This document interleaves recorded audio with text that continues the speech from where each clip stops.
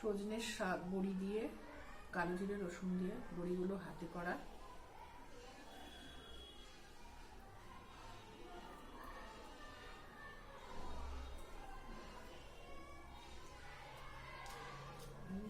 সজনের শাক রসুন শুকনো লঙ্কা ফোড়ন দিয়ে হেবি যাবে।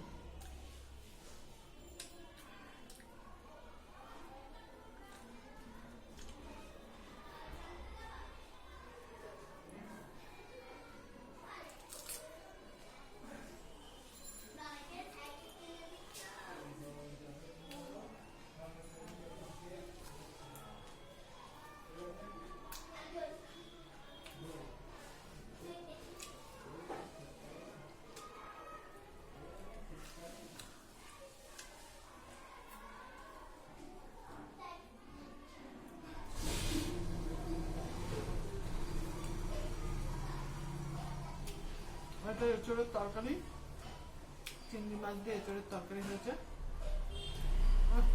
পুরো খাসির মাংস।